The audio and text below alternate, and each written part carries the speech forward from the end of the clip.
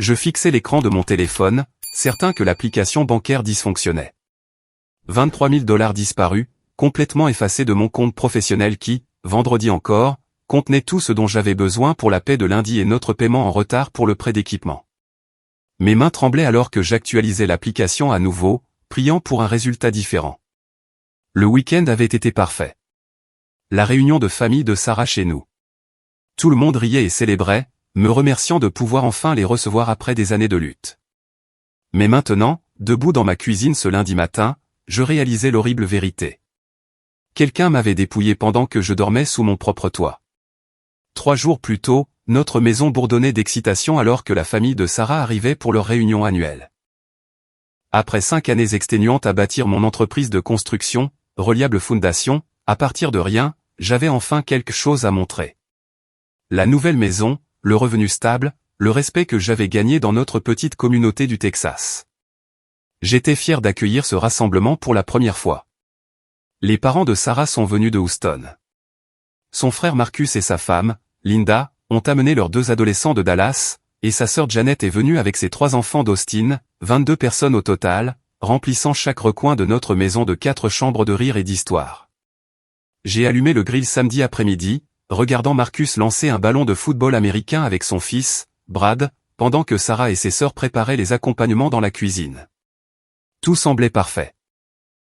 Marcus a même complimenté le succès de mon entreprise, posant des questions détaillées sur mes contrats de construction et ma gestion de la trésorerie. Je me sentais stupide maintenant, me souvenant de la fierté avec laquelle j'avais expliqué mon système pour garder des fonds de roulement facilement accessibles pour les achats rapides d'équipements et les besoins urgents de paie. Le week-end a filé dans un flou de fumée de barbecue, de gâteaux d'anniversaire pour la nièce de Sarah, Emma, et de jeux de cartes tard dans la nuit. Dimanche soir, alors que tout le monde chargeait les voitures et échangeait des câlins d'au revoir, j'ai ressenti une profonde satisfaction. J'avais offert quelque chose de spécial à la famille de ma femme, prouvant que j'avais ma place parmi eux après des années à me sentir comme l'outsider qui n'était pas tout à fait à la hauteur. Mais le lundi matin a complètement brisé cette illusion. J'ai vérifié mon compte professionnel par routine avant d'aller à la banque pour retirer la paie de mes 8 employés. Au lieu des 23 000 $ attendus, le solde affichait 0, pas même 50 centimes restants. Mon estomac s'est noué alors que j'appelais frénétiquement la First National Bank, certain que leur système avait eu un bug. La voix de la représentante du service client est restée professionnellement neutre alors qu'elle confirmait plusieurs gros retraits d'espèces tout au long du week-end. 3 transactions distinctes de 7 000 $ chacune, plus un dernier retrait de 2 000 $ dimanche soir. Tous effectués en utilisant ma carte de débit professionnelle avec le bon code PIN, ce qui était impossible. Ma carte professionnelle ne quittait jamais le coffre-fort de mon bureau à domicile, sécurisé derrière une serrure à combinaison que seule Sarah et moi connaissions. J'avais installé ce coffre spécifiquement pour protéger les documents importants et les réserves de trésorerie qui permettaient à mon entreprise de fonctionner sans heurts. En courant vers mon bureau, j'ai trouvé le coffre grand ouvert, vide à l'exception de papiers éparpillés. Ma carte de débit professionnelle avait disparu. Quelqu'un avait non seulement connu la combinaison, mais avait pris le temps de photographier ou de copier soigneusement chaque information financière à l'intérieur. Lorsque Sarah est revenue après avoir déposé Emma à l'école, je l'ai confrontée avec des mains tremblantes et une voix serrée par la panique. Son visage s'est immédiatement décomposé, des larmes coulant sur ses joues alors qu'elle s'effondrait sur notre chaise de cuisine. « Édouard, je suis tellement désolée », a-t-elle chuchoté. « Ma famille, ils étaient au courant de ton succès, de l'argent que tu gardes accessible. Ils ont tellement de mal avec les factures médicales de papa. » Avant que je puisse pleinement assimiler ces paroles, le pick-up de Marcus est entré dans notre allée. Il est entré par notre porte d'entrée sans frapper. Sa femme, Linda, derrière lui, tous deux affichant des expressions d'indifférence décontractées qui ont fait bouillir mon sang. « Bonjour, Édouard », a dit Marcus, s'installant dans mon salon comme s'il était chez lui. « Sarah a mentionné que tu avais des inquiétudes concernant ton compte bancaire. » Je me suis tenu au-dessus de lui, les poings serrés. « Où est mon argent, Marcus ? » « Chaque centime. » Il s'est adossé dans mon fauteuil et a vraiment souri. « Nous en avions plus besoin que toi. » Aussi simple que ça. La cruauté désinvolte de sa voix m'a frappé comme un coup physique. Ce n'était pas un acte désespéré de survie. C'était un vol calculé, planifié et exécuté tout en profitant de mon hospitalité, en dormant dans mes chambres d'amis, en mangeant la nourriture que j'avais fournie. Tu m'as volé, ai-je dit, ma voix à peine contrôlée. 23 000 $. C'est la paie de mes employés, le paiement de notre prêt, tout. Marcus a haussé les épaules. Regarde autour de toi, Édouard. Tu as cette belle maison, une entreprise prospère, plus d'argent qui rentre chaque mois. Papa fait face à la faillite à cause de ses traitements contre le cancer. Maman est sur le point de perdre la maison où elle vit depuis 30 ans. Nous avons pris ce qu'il fallait pour aider la famille. Je l'ai regardé, incrédule. En volant la famille? En redistribuant les ressources là où elles sont le plus nécessaires, a ajouté Linda, sa voix tranchante de suffisance. Ne sois pas égoïste, Édouard. C'est ce que les familles font les unes pour les autres. L'audace de leurs paroles m'a laissé sans voix. Ils avaient violé mon domicile, volé mon gagne-pain, et s'étaient d'une manière ou d'une autre convaincus qu'ils étaient les victimes. Mon téléphone a vibré avec un texto de Jake, mon contremaître de 60 ans, demandant quand il pourrait passer prendre son chèque de paie. Jake soutenait sa femme handicapée avec son salaire de la construction. Sans son chèque du lundi, ils auraient du mal à payer ses médicaments. Marcus s'est levé pour partir, ajustant sa veste avec un calme exaspérant. Ne complique pas les choses, Édouard. Considère ça comme un prêt. Nous te rembourserons quand les choses s'amélioreront. Alors qu'il se dirigeait vers la porte, Sarah m'a saisi le bras. S'il te plaît, Édouard, c'est leur famille, le cancer de papa, la situation de maman. On ne peut pas les détruire pour de l'argent. J'ai regardé le camion de Marcus disparaître dans notre rue, emportant avec lui les moyens de subsistance de mes employés, la stabilité de mon entreprise et ma foi envers les gens que j'avais appelés ma famille. Le week-end parfait n'avait été rien d'autre qu'une mise en scène élaborée, et j'avais été trop aveuglé par la fierté pour le voir venir. Mes mains tremblaient alors que j'appelais Jake pour lui expliquer que la paix serait retardée. Son silence déçu m'a coupé plus profondément que n'importe quel mot de colère aurait pu le faire. Sept autres employés dépendaient de moi et je les avais laissés tomber parce que j'avais fait confiance aux mauvaises personnes. Mais Marcus n'en avait pas fini avec ses révélations. Il est revenu mardi matin avec une suffisance qui me donnait la chair de poule, portant une chemise cartonnée comme s'il menait des affaires légitimes. Édouard, nous devons éclaircir ce malentendu, a-t-il dit, s'installant à nouveau dans mon salon avec Linda à ses côtés. Sarah, viens ici. Ton mari doit comprendre la situation. Sarah a émergé de la cuisine. Ses yeux étaient rouges d'avoir pleuré. J'avais à peine dormi, et elle avait passé la nuit à alterner entre défendre sa famille et s'excuser auprès de moi. Les fondations de notre mariage semblaient aussi instables que tout le reste dans ma vie. Marcus a ouvert son dossier avec une précision théâtrale. Sarah nous a fourni la combinaison de ton coffre il y a 3 mois. Elle s'inquiétait que tu gardes autant d'argent liquide à la maison. Elle voulait que la famille sache comment accéder aux documents importants en cas d'urgence. Je me suis tourné pour regarder ma femme, la trahison me frappant de manière fraîche et brute. Tu leur as donné ma combinaison? Édouard, ils ont demandé les contacts d'urgence, où tu gardais les papiers importants. Je n'ai jamais pensé. Tu n'as jamais pensé qu'ils nous voleraient, ai-je fini. Mais ils l'ont fait.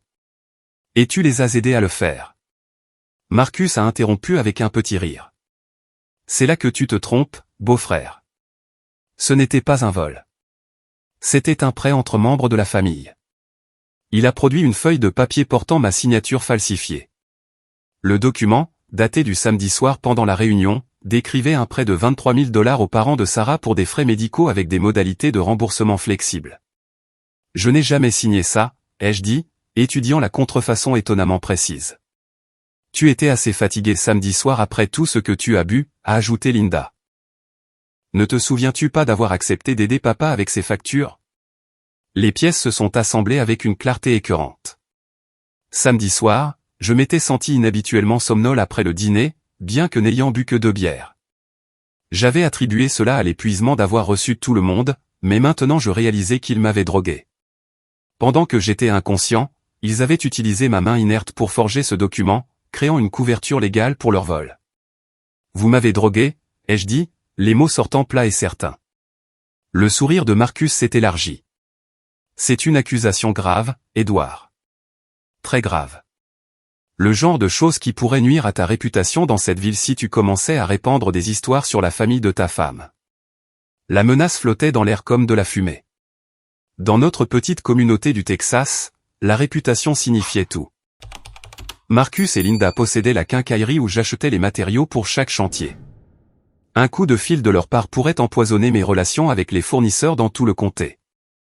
Voici comment ça marche, a continué Marcus. Tu vas accepter cette documentation de prêt.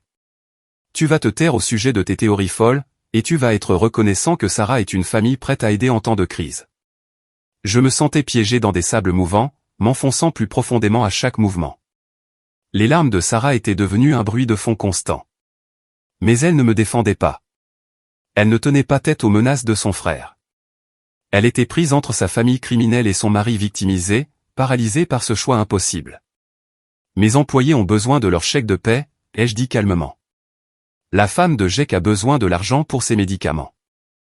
Tommy a un bébé qui arrive le mois prochain. Ce sont de bonnes personnes qui comptent sur moi. Et ils peuvent continuer à compter sur toi, a répondu Marcus. Fais juste en sorte que ça marche, Edward. Prends un prêt sur ta maison, utilise une ligne de crédit, débrouille-toi. C'est ce que font les hommes d'affaires qui réussissent. Linda s'est penchée en avant, sa voix prenant une fausse douceur. Edward, nous avons étudié ta situation financière en profondeur. Ton entreprise génère plus de 300 000 $ par an. Tu peux absorber ce revers temporaire bien plus facilement que papa ne peut absorber la faillite. La nature calculée de leur crime est devenue claire. Ce n'était pas du désespoir ou une crise familiale. C'était un vol ciblé planifié depuis des mois, exécuté avec précision et malveillance.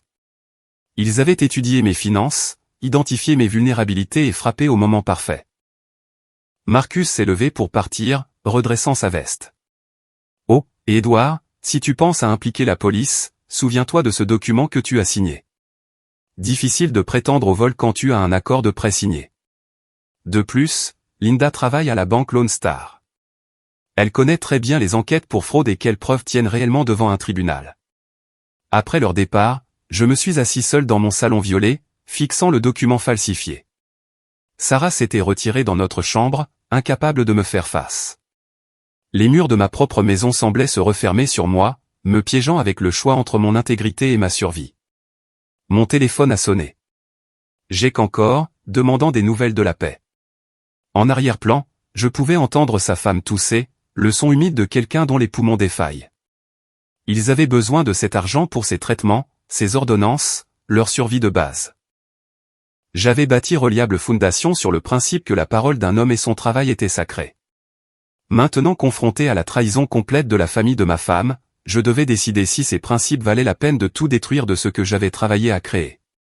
Mais alors que je fixais le document falsifié de Marcus, quelque chose de froid et de calculateur a commencé à se former dans mon esprit. Ils pensaient m'avoir piégé. Ils pensaient que leurs menaces et leur chantage avaient neutralisé toute réponse que je pourrais monter. Ils étaient sur le point d'apprendre à quel point ils avaient tort. Ce soir-là, j'ai appelé mon vieil ami Tony Rodriguez, un ancien détective de la police de Dallas qui avait lancé sa propre agence d'enquête privée. Tony et moi avions servi ensemble dans la réserve de l'armée, et je lui faisais entièrement confiance. Edward, ce que tu décris ressemble à une fraude familiale organisée, a dit Tony après que j'ai expliqué la situation. Ce niveau de planification, les documents falsifiés, les menaces de chantage, ce n'est pas leur première fois. Qu'est-ce que tu veux dire? Donne-moi 48 heures. Je vais creuser le passé de ton beau-frère.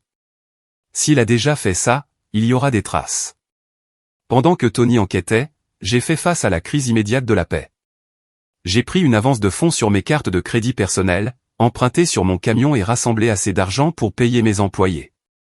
Le soulagement de Jake quand je lui ai remis son chèque a rendu la douleur financière presque supportable. Tony a appelé jeudi avec des nouvelles inquiétantes. Edward, ton beau-frère est un prédateur en série. J'ai trouvé 3 autres membres de la famille qu'il a volés au cours des 5 dernières années. Le cousin de ta femme, David, a perdu 37 000 $ de l'héritage de son père il y a 2 ans. La tante âgée de Sarah, Hélène, a vu ses économies de retraite vidées après que Marcus lui a rendu visite à Noël dernier. Pourquoi n'ont-ils rien signalé? Même schéma. Marcus crée des documents de prêt, utilise la pression familiale pour garder les victimes silencieuses, menace de détruire les relations si quelqu'un parle. Il vole systématiquement les membres de sa famille depuis des années. L'ampleur du crime de Marcus m'a stupéfié. Il ne s'agissait pas de facture médicale ou de crise financière. C'était un plan calculé pour voler quiconque était assez idiot pour lui faire confiance. Il y a plus, a continué Tony. J'ai vérifié son crédit et ses dossiers financiers. Marcus a des dettes de jeu massives dans un casino à l'extérieur d'Oklahoma City. Il doit 43 000 $ à un usurier nommé Vincent Torino. Ton argent n'est pas allé aux factures médicales, Edward. Il est allé couvrir ses pertes de jeu, cette information a tout changé. Marcus n'était pas un membre de la famille désespérée essayant de sauver son père. C'était un joueur accro qui avait volé le fonds d'urgence de son père atteint de cancer et utilisé la crise médicale familiale comme couverture pour ses crimes. J'ai passé le week-end à élaborer un plan qui nécessiterait des risques importants, mais qui pourrait exposer Marcus complètement. Tony m'a aidé à créer une fausse identité commerciale appelée Coastal Development Solutions, avec des comptes bancaires temporaires et des états financiers fabriqués montrant des actifs liquides substantiels. Lundi matin, j'ai commencé la première étape de mon piège. Pendant que Sarah était au travail, j'ai fait livrer du matériel de construction coûteux chez moi, m'assurant que les voisins le remarqueraient. J'ai arrangé plusieurs faux appels d'affaires importants, parlant fort de contrats municipaux d'1 million de dollars et discutant de mon besoin de conseils en investissement. Sarah a remarqué les changements immédiatement. « Edward, qu'est-ce que cet équipement fait ici? Et à qui parles-tu de tout cet argent? » Juste de nouvelles opportunités qui s'ouvrent, ai-je dit avec désinvolture. La situation du contrat municipal semble très prometteuse. Je pourrais avoir plus de capital liquide que je ne sais quoi en faire. La famille de Sarah l'avait formée à recueillir des renseignements financiers, et elle a consciencieusement rapporté nos conversations. En quelques jours, Marcus a appelé, demandant une réunion pour discuter d'opportunités d'investissement qui pourraient nous profiter à tous les deux. Nous nous sommes rencontrés au Rubies dîner jeudi après-midi. Marcus est arrivé avec des papiers détaillés sur des investissements en crypto-monnaie et des opportunités de comptes offshore, ses yeux brillants d'avidité alors qu'il exposait comment je pouvais maximiser les rendements de mon surplus de capital. « Edward, je sais que nous avons eu ce malentendu la semaine dernière, a-t-il dit, remuant le sucre dans son café, mais la famille devrait aider la famille à réussir. J'ai des connexions qui pourraient transformer tes 100 000 supplémentaires en une richesse sérieuse. » Je l'ai laissé parler, enregistrant secrètement chaque mot sur mon téléphone. Marcus a exposé des projets d'investissement de plus en plus élaborés, chacun conçu pour lui donner accès à plus de mon argent fictif. Il était tellement concentré sur son prochain coup qu'il n'a pas remarqué que mes questions le conduisaient à admettre des détails sur ses dettes de jeu et ses vols précédents auprès de membres de la famille. Le truc, Marcus, ai-je dit en me penchant au-dessus de la table du dîner, c'est que je suis un homme prudent. Avant d'investir avec qui que ce soit, j'aime tout savoir sur leur situation financière. J'ai entendu des rumeurs sur des problèmes de jeu, son visage s'est assombri. Qui t'a dit ça? Petite ville, Marcus. Les gens parlent. J'ai entendu dire que tu dois beaucoup d'argent à des gens dangereux. Marcus a jeté un coup d'œil autour du dîner presque vide, puis s'est penché en avant. Écoute, Edward, j'ai eu de la malchance à Oklahoma City, mais c'est pour ça que j'ai besoin de ce partenariat d'investissement. Vincent Torino n'accepte pas les excuses. Il veut son argent d'ici vendredi prochain où les choses vont devenir très désagréables pour ma famille. Combien lui dois-tu? 43 000, mais avec ton investissement, je peux transformer ça en assez pour payer Vincent et m'en sortir gagnant. J'ai hoché la tête avec sympathie, sachant que je l'avais exactement là où je le voulais. Marcus, je pense que nous pouvons arranger quelque chose, mais je dois d'abord vérifier certains détails. Donne-moi jusqu'à demain soir et nous finaliserons tout chez moi. Alors que Marcus quittait le dîner, se frottant pratiquement les mains d'anticipation, j'ai appelé Tony pour nos prochaines étapes. La phase 2 de mon plan était sur le point de commencer, et Marcus n'avait aucune idée qu'il marchait dans un piège préparé depuis 5 mois. Mais d'abord, j'avais un coup de fil à passer à Vincent Torino. Il était temps de faire savoir aux créanciers de Marcus où son débiteur passait ses soirées. J'ai passé l'appel à Vincent Torino depuis une cabine téléphonique à l'extérieur du tribunal du comté, en utilisant les informations que Tony avait fournies. La voix de Vincent portait la menace plate d'un homme habitué à recouvrer des dettes par l'intimidation. « Vincent, vous ne me connaissez pas, mais j'ai des informations sur Marcus Thompson. Il vous doit de l'argent, exact ?» Une longue pause. « Qui est-ce » ? Quelqu'un qui sait où Marcus a trouvé son argent. Il a volé sa famille le week-end dernier. A pris 23 000 $ sur le compte professionnel de son beau-frère. Ils se vantent de la facilité avec laquelle il l'a fait. C'est vrai ça? L'intérêt de Vincent était clairement piqué. Il prévoit un autre coup demain soir. De gros sous cette fois. J'ai pensé que vous devriez savoir qu'il vous cache des choses. J'ai raccroché avant que Vincent ne puisse poser des questions, mais j'avais planté la graine dont j'avais besoin. La vie de Marcus était sur le point de devenir très compliquée. Vendredi soir, Marcus est arrivé chez moi avec Linda et leur fils Brad. Amener l'adolescent était un geste calculé, utilisant le garçon comme bouclier émotionnel contre toute confrontation. Mais Marcus avait complètement mal lu la situation. « Edouard, Linda m'a aidé à préparer tous les papiers d'investissement », a dit Marcus, étalant des documents sur ma table de salle à manger, virement bancaire, portefeuille de crypto-monnaie. Tout est prêt pour ton investissement initial de 50 000 $. J'ai étudié les papiers. Tous des faux élaborés conçus pour voler tout l'argent que je transférerai. Marcus, avant de continuer, je dois aborder quelque chose. Je suis au courant pour Vincent Torino. Le visage de Marcus est devenu blanc. Linda a saisi son bras, son calme se fissurant. Je suis au courant de tes dettes de jeu, ai-je continué. Je sais que tu as volé mon argent pour payer Vincent, pas pour aider aux factures médicales de ton père. Je sais que tu voles les membres de ta famille depuis des années. Marcus s'est levé d'un bond, la panique remplaçant sa confiance antérieure. Edouard, tu ne comprends pas la situation. Les gens de Vincent sont dangereux. Ils ont menacé Brad. Menacé Linda. Je n'avais pas le choix. Tu avais le choix de ne pas jouer la sécurité de ta famille. Tu avais le choix de ne pas voler les gens qui te faisaient confiance. La voix de Linda est sortie petite et effrayée. Edouard, s'il te plaît. Si Vincent n'a pas son argent, il fera du mal à nos enfants. C'est à ce moment-là que j'ai révélé mon jeu. De mon placard de cuisine, j'ai sorti une chemise cartonnée contenant des copies de tout ce que Tony avait découvert. Des relevés bancaires montrant les transactions de jeu de Marcus, des déclarations de ses victimes précédentes, de la documentation sur son vol systématique auprès des membres de la famille. J'enquête sur toi depuis 2 semaines, Marcus.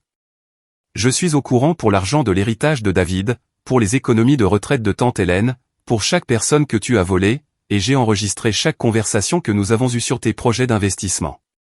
Marcus fixait les preuves, ses combines s'effondrant sous ses yeux. Qu'est-ce que tu veux, Edouard? Je veux que tu avoues à tout ce que tu as volé. Je veux qu'une restitution complète soit faite à chaque victime, et je veux que tu te rendes à la police. Je ne peux pas faire ça. Vincent me tuera si je ne le paie pas d'ici demain. C'est ton problème, Marcus. Tu as créé cette situation. Tu as joué de l'argent qui ne t'appartenait pas. Tu as volé ta propre famille. Et maintenant tu fais face aux conséquences. Le désespoir de Marcus s'est transformé en rage. Espèce de salaud moralisateur. Tu penses que ton argent te rend meilleur que nous? Tu penses que tu peux détruire ma famille pour un prêt temporaire? 23 000 $, ce n'est pas un prêt quand c'est volé, Marcus. C'est du grand banditisme, et ce n'est pas temporaire quand tu l'as joué au casino. Linda a commencé à pleurer, le poids des crimes de son mari brisant enfin son déni. Marcus, dis-lui la vérité. Dis-lui pour les autres comptes. Ferme-la, Linda. Quels autres comptes? Ai-je exigé. À travers ses larmes, Linda a révélé que Marcus cachait de l'argent dans des comptes au nom de ses enfants, détournant de l'argent de leur quincaillerie, volant même le fonds de construction de son église. L'ampleur de son vol était stupéfiante. C'est alors que nous avons entendu les véhicules entrer dans mon allée. Des portières de voitures claquaient. Des pas lourds sur mon Porsche. Le visage de Marcus est devenu gris de terreur. Vincent, a-t-il chuchoté. Le grand bruit qui a secoué ma maison était Vincent Torino enfonçant ma porte d'entrée. 2 grands hommes le flanquaient alors qu'il entrait dans mon salon, inspectant la scène avec un calcul froid. Eh bien, a dit Vincent, sa voix portant un léger accent qui rendait chaque mot dangereux. Marcus Thompson. Tu as évité mes appels. Marcus semblait se ratatiner sur lui-même, sa bravade précédente complètement disparue.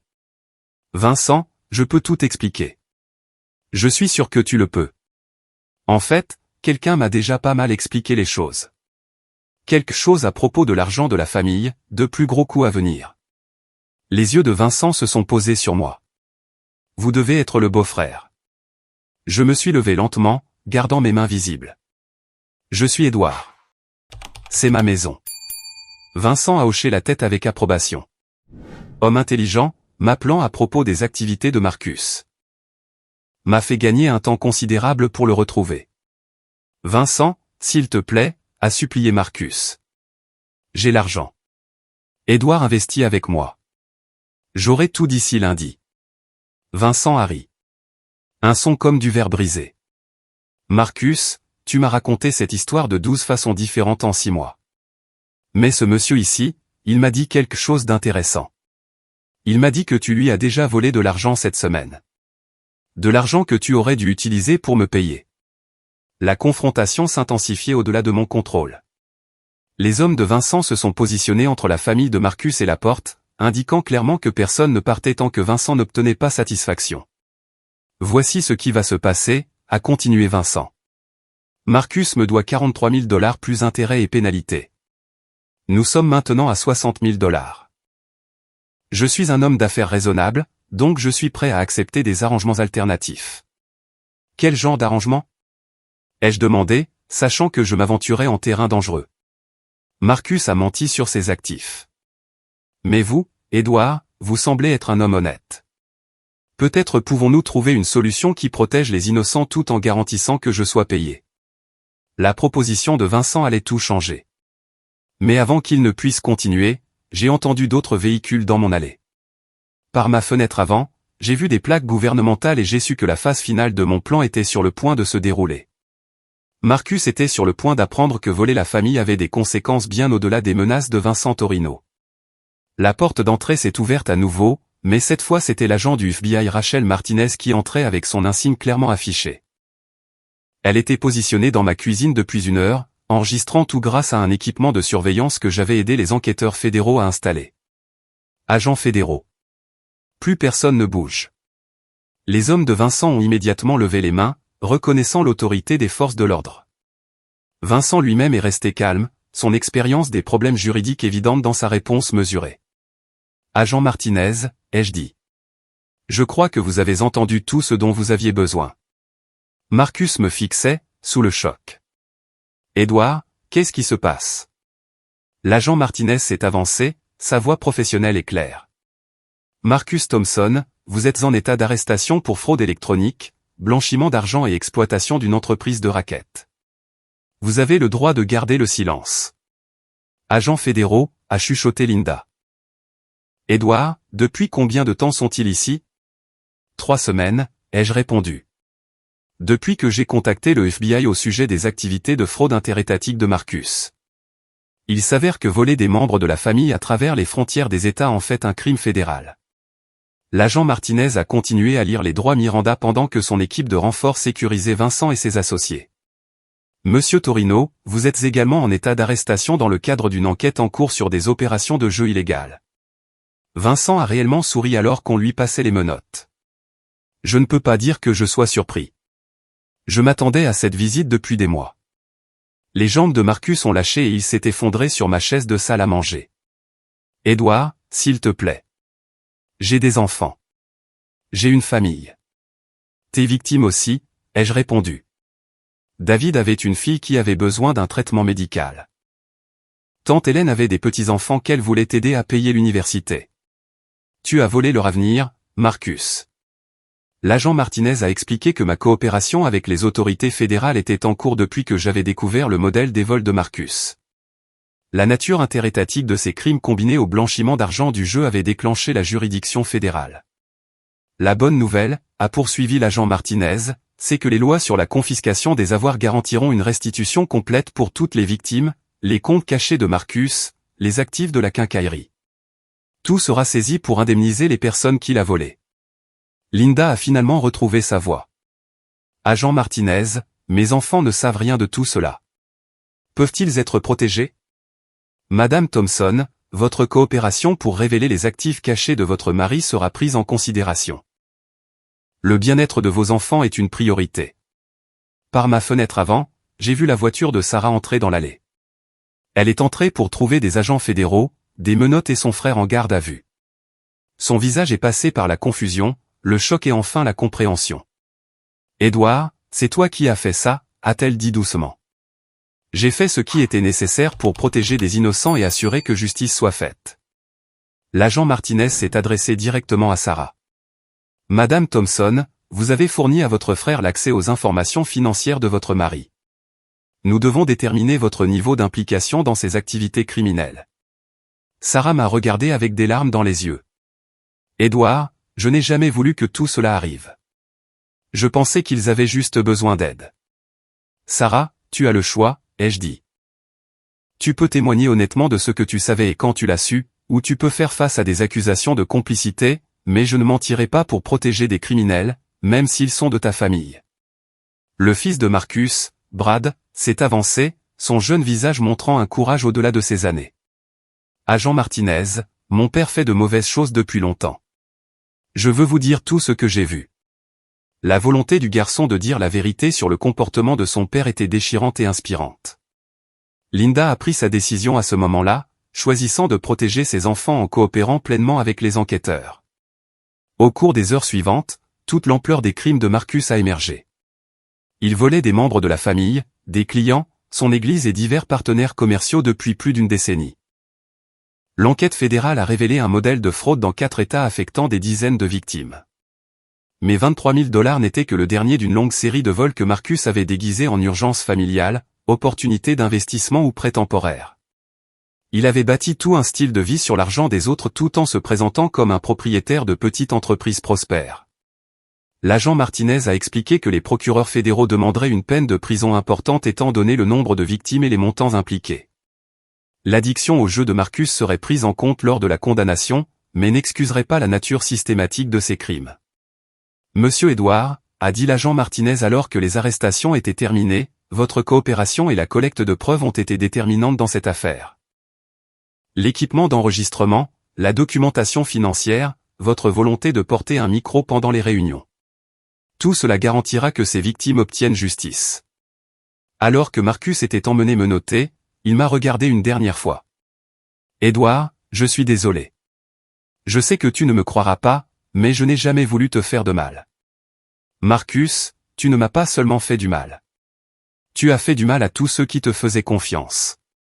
Tes parents, ta femme, tes enfants, chaque personne dont tu as volé l'argent. La tragédie n'est pas que tu te sois fait prendre. La tragédie est que tu aies choisi cette voie en premier lieu. La maison semblait étrangement calme après le départ des agents fédéraux et de leurs prisonniers. Sarah et moi étions debout dans notre salon, entourés des vestiges de l'enquête, face à la réalité que notre mariage avait survécu à la pire trahison que l'un ou l'autre de nous puisse imaginer. Edouard, a dit Sarah doucement. Je dois témoigner contre Marcus, n'est-ce pas?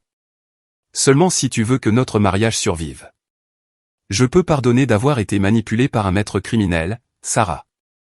Mais je ne peux pas pardonner de choisir de protéger des criminels plutôt que de faire ce qui est juste. Elle a hoché la tête, comprenant le carrefour auquel nous faisions face. Notre mariage pouvait survivre à la trahison de Marcus, mais seulement si nous le reconstruisions sur une fondation d'honnêteté complète et d'engagement partagé envers la justice plutôt que la loyauté familiale. Le plus dur était passé. Maintenant venait le travail de guérison, de reconstruction et de garantie que les victimes de Marcus reçoivent la justice qu'elles méritaient. 6 mois plus tard, le procès fédéral de Marcus s'est conclu par une condamnation sur tous les chefs d'accusation. Le juge l'a condamné à 8 ans de prison fédérale, citant la nature systématique de ces crimes et l'impact dévastateur sur ses victimes. La salle d'audience était bondée de membres de la famille que Marcus avait victimisés au fil des ans. Le cousin David a témoigné de la perte de l'argent de l'héritage de son père destiné au traitement contre le cancer de sa fille. Tante Hélène, maintenant âgée de 82 ans, a expliqué comment le vol de Marcus l'avait forcé à vendre sa maison et à emménager chez des inconnus. Mais le témoignage le plus puissant est venu du propre fils de Marcus, Brad, maintenant âgé de 17 ans. Il a parlé clairement du modèle de manipulation, de mensonge et de vol de son père qui avait empoisonné toutes les relations familiales. Mon père m'a appris que la loyauté familiale était la chose la plus importante, a déclaré Brad à la barre des témoins. Mais il a utilisé cette loyauté comme une arme pour blesser les gens qu'il aimait. La vraie loyauté familiale signifie se protéger les uns les autres des prédateurs, même quand ce prédateur est votre propre père. Linda avait divorcé de Marcus 6 mois plus tôt et a témoigné pour l'accusation. sa coopération avait révélé des comptes bancaires cachés contenant plus de 70 000 $ d'argent volé, assurant une restitution complète pour toutes les victimes, plus des dommages-intérêts. Le processus fédéral de confiscation des avoirs a restitué mes 23 000 $ dans les 90 jours, me permettant de stabiliser mon entreprise et de restaurer la confiance de mes employés. Mais plus important encore, toutes les autres victimes ont reçu une restitution complète grâce aux actifs saisis de Marcus. David a utilisé son argent d'héritage récupéré pour enfin payer les traitements médicaux de sa fille. Tante Hélène a acheté un petit appartement et a retrouvé son indépendance. L'église que Marcus avait volée a utilisé ses fonds récupérés pour terminer son projet de construction. Mon entreprise de construction, Reliable Fondation, est devenue plus forte que jamais. La nouvelle de mon intégrité pendant la crise s'est répandue dans toute notre communauté, menant à plusieurs contrats municipaux majeurs. Les clients appréciaient de travailler avec quelqu'un qui avait choisi la justice plutôt que la loyauté familiale face à l'épreuve ultime. Sarah et moi avons suivi une thérapie de couple pendant 8 mois, travaillant sur les dégâts causés par la manipulation de Marcus. Elle a témoigné contre son frère au procès, choisissant notre mariage et l'intégrité morale plutôt qu'une loyauté familiale mal placée. L'expérience a été douloureuse, mais a finalement renforcé notre relation. Édouard, a-t-elle dit un soir alors que nous examinions les offres de sous-traitants pour un nouveau projet municipal. Je comprends maintenant pourquoi tu ne pouvais pas simplement laisser passer le vol de Marcus. Ce n'était pas une question d'argent. C'était pour protéger d'autres personnes d'être victimisées. Sarah avait commencé à fréquenter un groupe de soutien pour les familles de criminels en col blanc, l'aidant à comprendre comment la manipulation de Marcus avait affecté tout le monde autour de lui. Elle avait été autant une victime que n'importe qui d'autre, utilisée comme complice involontaire dans ses manigances. Nous avons établi de nouveaux protocoles financiers dans notre mariage, surveillance conjointe des comptes, accès partagé à toutes les informations financières et discussions régulières sur les décisions d'argent. La confiance devait être reconstruite par la transparence et la responsabilité. Brad et sa sœur ont maintenu leur relation avec nous, nous rendant visite régulièrement malgré les crimes de leur père. Linda a trouvé du travail dans une coopérative de crédit, utilisant son expérience bancaire pour aider les victimes de fraude à naviguer la récupération financière. Les enfants étaient résilients, choisissant d'apprendre des erreurs de leur père plutôt que de les répéter. J'ai commencé à prendre la parole lors d'événements communautaires sur la reconnaissance et la prévention des abus financiers familiaux. Les agences d'application de la loi m'ont invité à partager mon expérience avec d'autres victimes de fraude, les aidant à comprendre que chercher la justice n'était pas une trahison, mais une protection. La chose la plus difficile à propos de l'abus financier familial, disais-je aux auditoires, c'est que les victimes se sentent coupables de chercher la justice. On nous apprend que la loyauté familiale signifie se protéger les uns les autres, même des conséquences. Mais le véritable amour signifie parfois permettre aux gens de faire face aux résultats de leur choix. L'affaire a conduit à une nouvelle législation de l'État renforçant les sanctions pour les abus financiers entre membres de la famille. Le vol systématique de Marcus avait mis en évidence des lacunes dans les lois existantes que les procureurs pouvaient maintenant combler. Jake, mon contremaître de 60 ans, est devenu plus qu'un employé pendant cette période. Son soutien indéfectible pendant la crise, sa compréhension lorsque la paie a été retardée et sa loyauté lorsque d'autres entrepreneurs ont essayé de débaucher mes ouvriers ont gagné mon profond respect et mon amitié. Édouard, a dit Jake alors que nous terminions un important projet de rénovation scolaire. Ce que tu as fait a demandé un vrai courage. Beaucoup d'hommes auraient juste absorbé cette perte et seraient passés à autre chose. Mais tu t'es battu pour ce qui était juste, même quand ça te coûtait. Ma relation avec les parents de Sarah a nécessité une reconstruction minutieuse. Ils avaient été aussi choqués que quiconque d'apprendre les crimes de Marcus, croyant sincèrement que leur fils aidait la famille à traverser une crise financière médicale. Leurs traitements contre le cancer ont finalement été couverts par des programmes d'aide légitimes auxquels je les ai aidés à accéder. L'agent Martinez m'a dit que l'affaire fédérale était devenue un modèle pour enquêter sur la fraude financière familiale. Les techniques de collecte de preuves, l'utilisation d'équipements d'enregistrement et la coopération entre les victimes avaient créé un modèle pour les futures poursuites. M. Édouard, a-t-elle dit lors de notre dernier entretien, votre affaire a prouvé que les prédateurs financiers familiaux peuvent être arrêtés lorsque les victimes refusent de rester silencieuses. Marcus volait depuis plus d'une décennie parce que ses victimes précédentes avaient choisi la loyauté familiale plutôt que la justice. Vous avez brisé ce cycle. 9 mois après l'arrestation de Marcus, Vincent Torino a été condamné dans l'enquête sur l'opération de jeu et a écopé de 12 ans de prison fédérale. Son organisation victimisait des joueurs dépendants dans 3 États en utilisant des menaces et la violence pour recouvrer les dettes. La nature interconnectée des 2 affaires a montré comment l'addiction aux jeux de Marcus avait alimenté une entreprise criminelle plus large. Son vol auprès des membres de la famille n'avait pas seulement blessé des victimes individuelles, mais avait soutenu une activité criminelle organisée. À la fin de l'audience de condamnation de Marcus, le juge a fait des remarques qui ont capturé la leçon plus large de l'affaire. Monsieur Thompson, a dit le juge Harrison, vous avez exploité la confiance des membres de la famille qui vous aimaient. Vous avez utilisé leur compassion comme une arme contre eux. Vos crimes ne sont pas nés du désespoir, mais de l'égoïsme et d'un mépris fondamental pour le bien-être des autres. La peine reflète non seulement l'argent que vous avez volé, mais la confiance que vous avez détruite et les vies que vous avez endommagées. En sortant du tribunal fédéral ce jour-là, j'ai ressenti un profond sentiment de clôture. Justice avait été rendue, les victimes avaient été indemnisées et un dangereux prédateur avait été retiré de notre communauté. Mais le résultat le plus important était personnel. J'avais appris que la vraie force ne consistait pas à éviter les conflits ou à préserver une fausse paix. La vraie force était de défendre ce qui était juste, de protéger les innocents et de refuser de permettre un comportement destructeur, même lorsqu'il venait de la famille. L'expérience avait testé chaque principe sur lequel j'avais bâti ma vie et mon entreprise. En fin de compte, ces principes s'étaient révélés assez solides pour résister à la pire trahison imaginable et m'avaient guidé vers des décisions qui protégeaient les autres tout en préservant ma propre intégrité. 2 ans après la condamnation de Marcus, je me tenais dans la salle de conférence du nouveau siège social de Reliable Foundation, regardant les plans architecturaux de notre plus grand projet à ce jour, un développement de logements abordables de 50 unités pour personnes âgées. L'ironie ne m'échappait pas que j'utilisais des bénéfices partiellement générés en refusant d'être victimisé pour aider des personnes vulnérables à trouver un logement sûr et stable. Mon entreprise avait grandi de 40% depuis la conclusion de l'affaire fédérale. Les clients de tout l'Est du Texas recherchaient des entrepreneurs à l'intégrité prouvée, et ma réputation de choisir les principes plutôt que le profit était devenue mon plus grand atout marketing. Monsieur Edouard, a dit Madame Patterson, la directrice de l'Office du logement, ce projet représente exactement ce que nous espérons trouver. Un entrepreneur qui comprend que construire des maisons signifie construire des communautés. Sarah est entrée dans la salle de conférence portant du café et arborant le sourire qui m'avait attiré pour la première fois il y a 8 ans. Notre mariage avait non seulement survécu à la trahison de Marcus, mais s'était renforcé grâce au processus de reconstruction de la confiance et d'établissement d'une véritable transparence. Comment se passe la présentation, a-t-elle demandé, s'installant à côté de moi alors que nous examinions les calendriers de construction.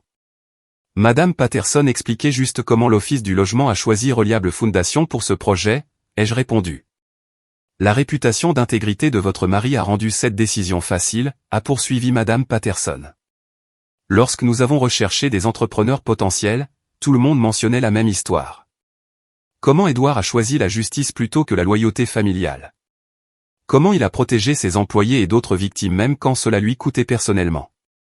Après le départ de Madame Patterson, Sarah et moi avons conduit jusqu'à notre dîner hebdomadaire avec Brad, maintenant âgé de 19 ans et étudiant l'éthique des affaires à Texas A&M. Le fils de Marcus avait transformé l'héritage criminel de son père en motivation pour vivre avec une honnêteté absolue. Oncle Edouard, a dit Brad autour d'un barbecue dans notre restaurant préféré. Ma professeure d'éthique m'a demandé de parler à sa classe de l'impact des crimes en col blanc sur les familles. M'aiderais-tu à préparer? Bien sûr. Sur quel angle veux-tu te concentrer? Comment les victimes peuvent se protéger elles-mêmes et les autres? Comment choisir une paix temporaire plutôt qu'une justice permanente ne fait que permettre plus de crimes? Brad était devenu un jeune homme remarquable, utilisant les échecs de son père comme leçon sur la façon de ne pas vivre. Sa sœur avait choisi une voie différente, étudiant le travail social pour aider les familles à se remettre des abus financiers. Linda avait complètement reconstruit sa vie, trouvant l'amour avec un homme qui appréciait son honnêteté sur son passé et son engagement à aider les victimes de fraude. Elle était devenue une avocate passionnée de l'éducation à la littératie financière, prenant la parole dans les banques et les centres communautaires pour reconnaître les tactiques de manipulation.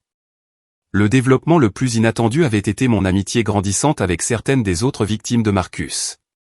David et moi travaillons maintenant ensemble sur des projets de construction, combinant son expertise électrique avec mes compétences en entreprise générale. Notre expérience partagée avait créé un lien plus fort que la relation de sang. Tante Hélène, maintenant âgée de 84 ans, était devenue comme une grand-mère pour Sarah et moi. Chaque dimanche, nous allions la chercher pour le dîner et la conversation. Sa sagesse sur le pardon et la justice avait aidé à guider mon propre processus de guérison. Édouard, a-t-elle dit lors d'un de nos dîners hebdomadaires. Tu m'as rendu plus que mon argent. Tu m'as rendu ma foi en la justice. Pendant 2 ans, j'ai pensé que j'étais folle d'avoir fait confiance à Marcus. Tu m'as montré que la folie n'était pas de faire confiance, mais de rester silencieuse après avoir été trahie. Mes engagements hebdomadaires de prise de parole dans les centres communautaires, les églises et les conférences des forces de l'ordre avaient évolué en un projet passionné. J'avais aidé des dizaines de familles à reconnaître les abus financiers et à prendre les mesures appropriées. Beaucoup avaient évité de perdre leurs économies parce qu'ils avaient entendu mon histoire et reconnu des schémas similaires dans leur propre situation. Le fonds d'aide aux victimes que j'avais créé avait atteint plus de 200 000 $, financé par des dons de familles reconnaissantes qui avaient récupéré de l'argent volé après avoir suivi mes conseils. Le fonds fournissait une assistance immédiate pour les besoins de base pendant que les victimes poursuivaient des recours juridiques. La chose clé à retenir, disais-je aux auditoires, c'est que les prédateurs financiers comptent sur la loyauté familiale pour les protéger des conséquences. Ils utilisent l'amour comme une arme. Le véritable amour signifie parfois permettre aux gens de faire face aux résultats de leur choix. L'agent Martinez avait été promu à la tête de l'unité de criminalité en col blanc du FBI pour le nord du Texas, en partie sur la base du succès des poursuites contre Marcus. Elle appelait occasionnellement pour des conseils sur des cas d'abus financiers familiaux, utilisant mon expérience pour aider à former d'autres enquêteurs. Édouard, a-t-elle dit lors d'une récente consultation, votre affaire a changé notre approche de la criminalité financière familiale. Les victimes n'ont pas à choisir entre la loyauté familiale et la justice. Elles peuvent protéger à la fois les membres innocents de la famille et les futures victimes en refusant de permettre un comportement criminel. Jake était devenu mon partenaire commercial, achetant une part de 20% dans Reliable Foundation avec l'argent qu'il avait économisé sur 30 ans de travail dans la construction. Son expérience et mes compétences administratives ont créé un partenariat qui a profité à toutes les personnes impliquées. Tu sais ce que j'ai appris de tout ça? A dit Jake alors que nous examinions la paie de nos 32 employés. Parfois, la chose la plus loyale que tu puisses faire pour quelqu'un est de refuser de l'aider à se détruire. Marcus avait besoin de conséquences, pas de complices. Les parents de Sarah avaient déménagé au Texas, vivant dans une petite maison que nous les avions aidés à acheter après que leurs factures médicales ont été résolues par les canaux appropriés. Le cancer de son père était en rémission, et les 2 parents avaient appris à reconnaître les tactiques de manipulation qui les avaient rendus vulnérables aux manigances de Marcus. Édouard, a dit la mère de Sarah lors d'un récent dîner de famille, je te dois des excuses. Nous avons élevé Marcus en lui faisant croire que la loyauté familiale signifiait se protéger les uns les autres des conséquences. Tu nous as appris que le véritable amour exige parfois des choix difficiles. Le changement le plus profond a été ma compréhension de ce que signifiait réellement la famille. Les liens du sang ne créaient pas automatiquement des liens familiaux. La confiance, le respect, les valeurs partagées et le soutien mutuel créaient la famille. Marcus avait perdu sa place dans notre famille par ses choix, tandis que des gens comme Jake, Tony et l'agent Martinez avaient gagné leur place par leurs actions. 3 ans après le procès fédéral, Marcus m'a écrit une lettre depuis la prison. Il avait terminé une thérapie contre les addictions, obtenu son équivalence d'études secondaires et travaillé à la bibliothèque de la prison. Sa lettre exprimait de véritables remords et l'acceptation de la responsabilité de ses crimes. Je comprends maintenant que j'ai utilisé la loyauté familiale comme une arme, a-t-il écrit. J'ai exploité l'amour des gens pour moi pour voler leur sécurité et leur tranquillité d'esprit. Tu as eu raison de m'arrêter, Édouard. J'avais besoin de conséquences pour apprendre que mes actions avaient des victimes. J'espère un jour gagner le pardon, mais je comprends si ce n'est pas possible. Sarah et moi avons discuté de l'opportunité de répondre à la lettre de Marcus. Après mûre réflexion, nous avons décidé que le pardon était possible. Mais une relation restaurée nécessiterait des années de changement démontré et de restitution véritable au-delà des paiements ordonnés par le tribunal. Le pardon ne signifie pas prétendre que ces crimes n'ont pas eu lieu, a dit Sarah, cela signifie choisir de ne pas laisser ces choix destructeurs continuer à empoisonner nos vies. Brad a obtenu son diplôme en commerce et a rejoint Reliable Foundation en tant que chef de projet spécialisé dans le développement de logements abordables. Les crimes de son père l'avaient motivé à utiliser ses compétences commerciales au profit de la communauté plutôt que pour un enrichissement personnel. Oncle Édouard, a dit Brad lors de sa première semaine de travail, je veux passer ma carrière à construire des choses qui aident les gens plutôt qu'à détruire ce que d'autres ont construit.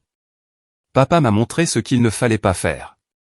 Tu m'as montré ce qui est possible quand quelqu'un choisit l'intégrité plutôt que l'argent facile. Le projet de logements abordables a été achevé 6 mois avant la date prévue et en dessous du budget. Les 50 personnes âgées qui ont emménagé dans leur nouvelle maison comprenaient 2 des victimes de Marcus, la mère de David, et un membre de l'église dont la contribution au fonds de construction avait été volée. Lors de la cérémonie d'inauguration, Madame Patterson a remis à Reliable Foundation un prix de service communautaire reconnaissant notre engagement envers des pratiques commerciales éthiques et le développement communautaire. Ce projet représente plus que de la construction, a-t-elle dit. Il représente le principe selon lequel faire ce qui est juste, même lorsque c'est difficile, crée des avantages qui s'étendent bien au-delà des circonstances immédiates. Alors que je me tenais devant la foule de personnes âgées, de responsables municipaux et d'ouvriers du bâtiment qui avaient aidé à mener à bien le projet, j'ai réfléchi au voyage qui nous avait amenés à ce moment. Le vol de Marcus avait menacé de détruire mon entreprise, mon mariage et ma foi en la loyauté familiale. Au lieu de cela, il m'avait appris que la vraie force venait de la protection des autres, que le véritable amour exigeait parfois des choix difficiles, et que la justice servie avec intégrité créait une guérison pour des communautés entières. La leçon finale est venue en regardant Brad recevoir son premier chèque de paie en tant qu'employé de Reliable Foundation. Le fils de Marcus avait choisi de construire plutôt que de voler, de contribuer plutôt que de prendre, de gagner plutôt que de manipuler. Les échecs de son père étaient devenus la fondation de son propre succès. Vous savez ce que j'ai appris de tout cela, ai-je dit à la foule lors de l'inauguration des logements. La famille ne concerne pas seulement les liens du sang. La famille concerne les gens qui choisissent de s'élever mutuellement plutôt que de s'abattre. La famille consiste à se protéger les uns les autres du mal, même lorsque ce mal vient de l'intérieur.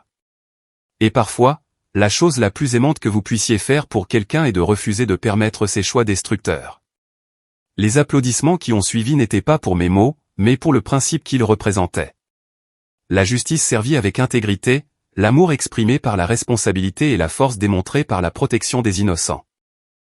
Alors que Sarah et moi rentrions chez nous après la cérémonie d'inauguration, passant devant la quincaillerie que Linda avait vendue pour payer la restitution, devant l'église qui avait reconstruit son fonds de construction, devant les maisons de voisins qui avaient appris à reconnaître la manipulation financière grâce à mes conférences, j'ai ressenti un profond sentiment de satisfaction.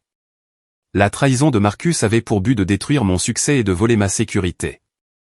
Au lieu de cela, elle m'avait appris la différence entre la richesse temporaire et l'intégrité durable, entre la fausse loyauté et l'amour véritable, entre l'évitement du conflit et la protection de la justice.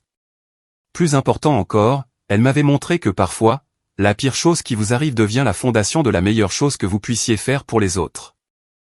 Les crimes de Marcus avaient créé une opportunité de protéger les futures victimes, de renforcer les liens communautaires et de démontrer que des gens ordinaires pouvaient choisir la justice plutôt que la commodité face à une trahison extraordinaire. L'entreprise de construction que j'avais nommée Reliable Foundation était devenue exactement cela, une fondation pour le développement communautaire, bâtie sur le principe que faire ce qui est juste, même lorsque cela coûte tout, crée des avantages qui durent bien au-delà des circonstances immédiates. Avez-vous déjà été confronté à une situation où la loyauté familiale entrait en conflit avec le fait de faire ce qui était juste? Comment avez-vous navigué entre le choix de protéger quelqu'un que vous aimiez et celui de protéger des innocents de ses actions nuisibles? Partagez vos pensées dans les commentaires ci-dessous et n'oubliez pas d'aimer cette vidéo si elle a résonné avec vos propres expériences. Abonnez-vous pour plus d'histoires sur la façon de trouver la force à travers l'adversité et de construire des vies significatives grâce à des choix fondés sur des principes. Partagez cette histoire avec quelqu'un qui pourrait avoir besoin d'entendre que choisir la justice plutôt que la fausse loyauté est parfois la chose la plus aimante que vous puissiez faire. Merci d'avoir écouté et rappelez-vous que votre intégrité est votre atout le plus précieux, qui vaut la peine d'être protégé, peu importe le prix.